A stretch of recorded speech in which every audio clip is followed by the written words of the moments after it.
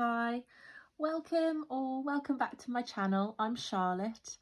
I am a mum of two, married and living in the West Midlands, and I'm following the cash envelope method for organising my finances and my budget. If that's something that you think you might like to follow along with, I'd be so grateful if you would consider liking or hitting the subscribe button so you can be notified when I release a video. So this video, I'm just going to be talking about my month of January overview and insights to my spending. So if you are not new to my channel, you are aware that I've been undertaking a no spend or a low spend month. Now, if you don't know what that is basically a spending challenge, or in essence, a no spending challenge, whereby all items that you deem to be non-essential, areas where you consider that maybe you have a problem with self-control in terms of your spending, you can highlight for yourself what those areas are, and you can set out some rules to follow for a certain amount of time. And it's an excellent way to get a bit of insight into your spending habits, and also trying to adopt and learn some new ones along the way. So I followed a few people doing no buys or low buys. One of the most famous probably on YouTube would be Hannah Louise Poston, who actually undertook a no buy year in I think it was 2018, and she has a whole series outlining her experience. I highly recommend that you check out if you're at all interested. She's a very articulate and eloquent person, and her videos make really interesting watching. I've actually been through the whole no buy series at least twice, especially gearing myself up for my own no buy. But she's not the only one. I believe Sina on the channel Use Less, Christina Micas, have both undertaken no buys, and I think it's Shana Rapari has also done one as well. So there's so much content to be had if you're interested in no buy or low buys. So a lot of them will say, before starting this challenge, definitely outline your why and what your goal is. So for me personally, my why is definitely that I have major problem with saying no to myself. When I was a kid, my mum would always tell me, oh, money just burns a hole in your pocket. And I can honestly say that has been the same through my whole life. So by really tackling this head on and trialing a no buy month, I was really able to see some of the psychology that is in play around spending and consumerism. So I will outline my personal rules probably in a different video, but I just wanted to touch on that because it really has made a difference to my spending through the course of January. It's been really eye-opening. Now, of course, I've said this before, wouldn't it be brilliant if you could just call up the mortgage company and call up the gas man and say, I'm really sorry, I can't pay my bills this month, I can't pay my bills this year, I'm on a no-buy. So of course, your no-buy doesn't apply to those areas of essential spending, whether that's rent or mortgage, you know, grocery, food shopping, you know, electricity and so on. So all of my spending for those essential things has gone on as normal. But I wanted to just touch on some of the maths because I found it really interesting. So one of the main areas of spending for us, and I think for most people, especially with the cost of living crisis, is groceries. And I went through, and through the course of January, for a family of 4, so 2 adults and 2 children under the age of 6, we spent a total of £233.80 on groceries over a 5-week period. For me, January was a 5-week month, accruing for a couple of extra days in December, just how my budget works. As I have mentioned in my previous video, we were adopting a use it up mantra, so to speak, with a particular focus on our freezer. So I made a list of everything that was in the freezer, what, you know, categorized it, what was my priority for using up. So there was a lot of meat, a lot of fish, a lot of frozen vegetables, for example. And then I made a meal plan to plan how I was going to actually use those up and what ingredients I'd need to purchase in order to complete those meals, if I didn't already have them. So that was how I was able to keep my spending quite low on the grocery category for January. So over 5 weeks,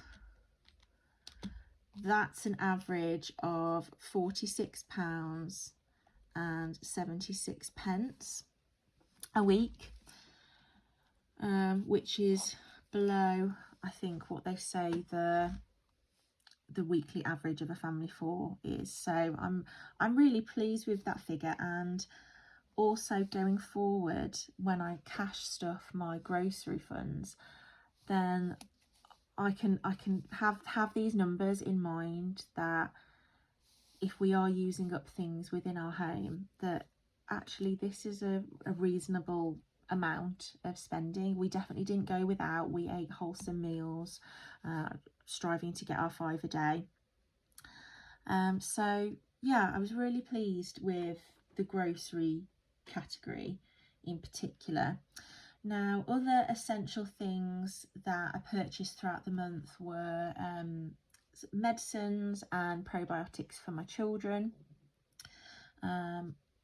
We were ill through the course of January. I had to replace some nappies and some wipes that we'd run out of for my son, although we are going through the process of potty training him. He's 2.5. So he's doing really well with that, actually, but pray for me. We had to replace some hand soap, some laundry products, some dishwasher products that we'd run out of. We had to purchase another pair of school trousers for my son for his preschool, and my daughter needed handguards for her gymnastics. And I also needed to purchase a padlock in order to use the new lockers at my work. And my husband and I both had our haircuts this month. So these are all things that were perfectly acceptable within my no-buy, my low-buy spending, and all came out of my budget for each of those items. So whether that be household, if we go through household,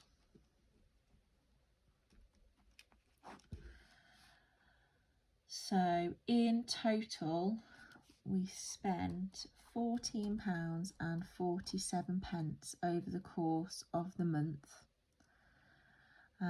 which again I'm really pleased with. There wasn't a large amount of things that needed replacing. It was all quite reasonable, but also things I'm realizing is actually a lot of stuff we have duplicates of.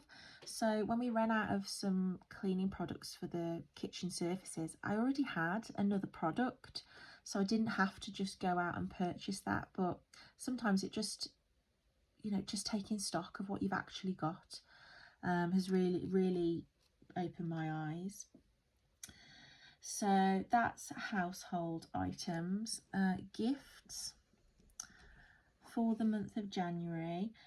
My dad's birthday was in January, and we purchased some gifts for two of my daughter's school friends, one who had a birthday party in January and one who's got it in February.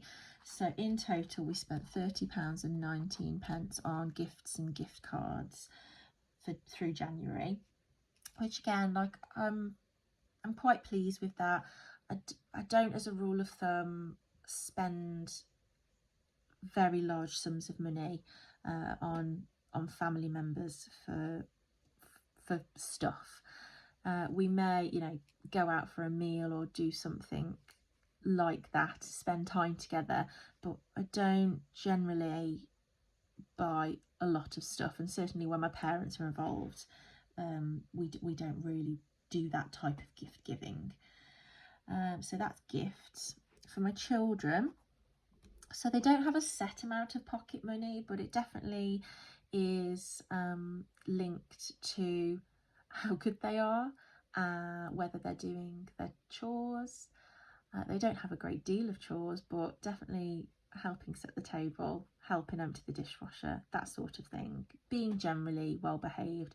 I always make sure that my children have, you know, money there if they want to purchase whatever, you know, a cake or a small toy from the toy shop if they've been good, but there isn't a set amount. That really is just defined by my weekly budget that week and what other spending are we doing, because if we've got, say, lots of events that come out of the category of family fun, then kids, you know, they're not necessarily going to need a lot of money in that pot.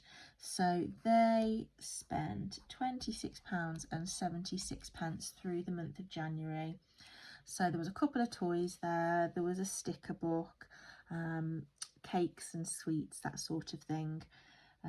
So that's what comes out of that pot, really. Family fun.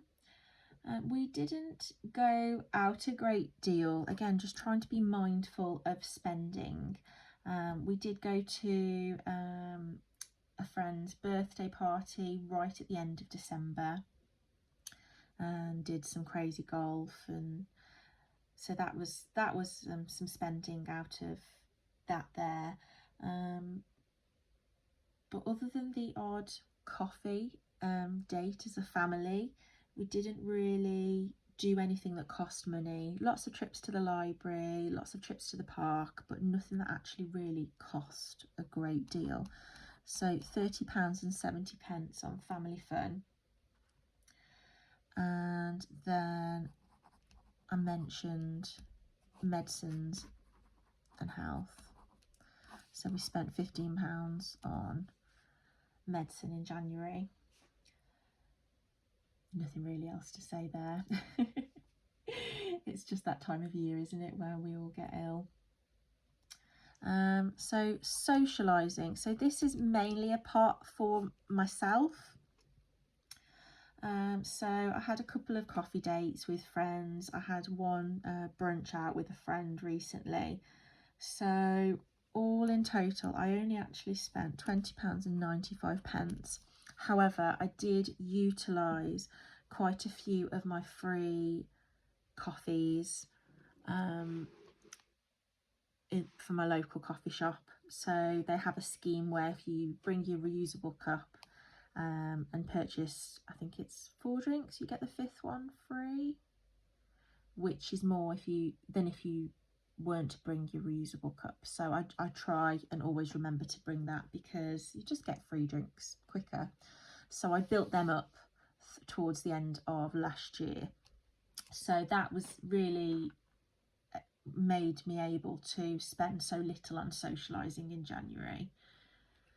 And then travel and miscellaneous. How much did I spend? So there was a couple of amounts for parking. I had to purchase a padlock for work, as I mentioned. So I spent £13.69 on miscellaneous. So again, looking at this over a 4-week month, which is how most months are, I know here that the £5 a week that I'm setting aside for miscellaneous is ample and is covering that amount. So I'm quite pleased. I'm quite pleased with that.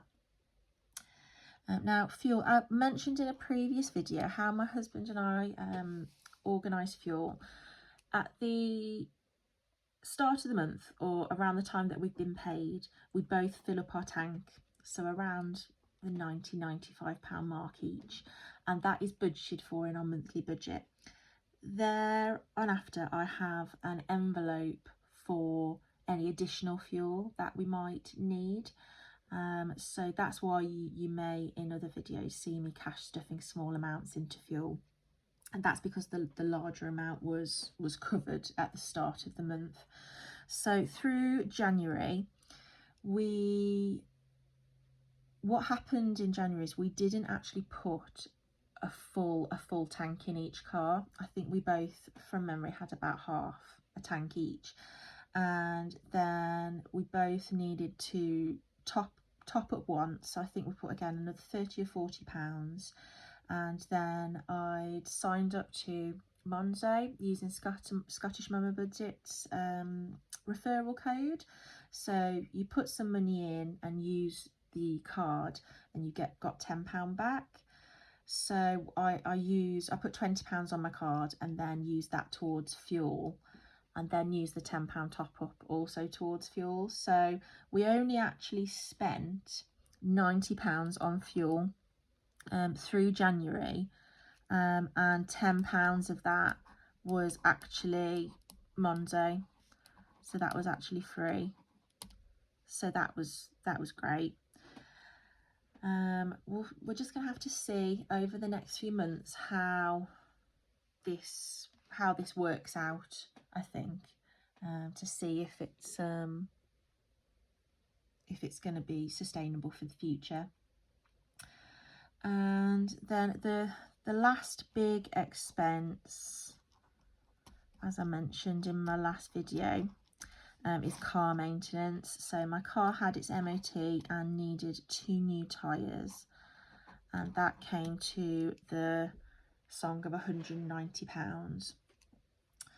So it is what it is. It's a necessity to keep your car running in good order, and for the safety of yourself and your family.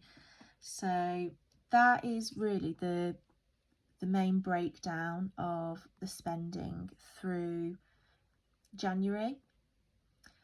And as I previously mentioned in my last video, when I went through all of my sinking funds, not including my envelope challenges, so I'm completing a 100 envelope challenge, a 50 envelope challenge, and a penny saving challenge as well, so not including those items. In addition to those savings, I actually saved £280 in my sinking funds. So I'm quite pleased with that overall, even accounting for the £190 for the car. I'm quite happy with how January has panned out financially. There has been 1 or 2 unexpected items. My no buy wasn't entirely perfect. One of those things that I can mention is out of miscellaneous. It was the £2.99 for my padlock, which you could say is essential, because I need to be able to safely store my belongings at work. But also £1.10 for a new library card. I've been going a lot more to the library for myself and for the children, trying to stop myself just purchasing books and trying to loan them for free. So I did need to spend £1.10 on replacing that library card. And then I think the only other thing that really broke the no buy was 45 pence. That was an additional spend that I needed to make when purchasing coffee with oat milk. I didn't realise that wasn't included. So yeah, I'm quite pleased with all of that. Tell me what you think. Is there anything that you would have done differently? How are the numbers looking for you? I'd be really interested. Okay, so that's literally just a short one, just into some insight really regarding my spending, and it might just help somebody else in terms of their budget.